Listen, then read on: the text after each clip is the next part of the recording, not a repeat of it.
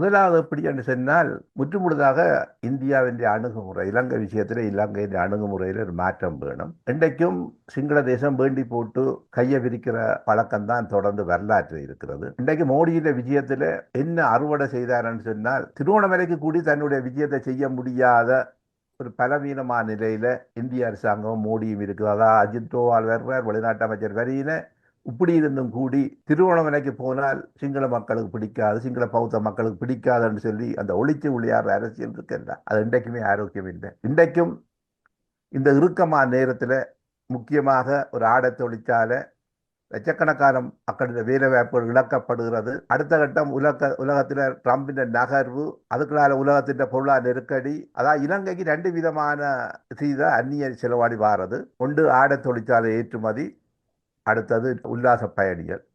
உல்லாச பயணிகளும் இதுவும் அடிவிழும் பொழுது இலங்கை மோசமான நிலைக்கு இனி வருங்காலத்துக்கு போக போகிறது. இந்த காலகட்டத்தில் அந்த இலங்கையின் மோசமான நிலையை என்ன மோசமாக்கி அறுவடை செய்கிறது தான் அரசியல் ஆளுமை உள்ள ராஜதந்திரமாக இருக்கும். அந்த அடிப்படையில் இன்றைக்கும் மோடியோ இல்லை இந்தியாவின் நிலப்பாடோ இல்லை அணுகுமுறையோ தோல்வியைத்தான் சந்திக்கும் என்று தான் நான் பார்க்கிறேன்.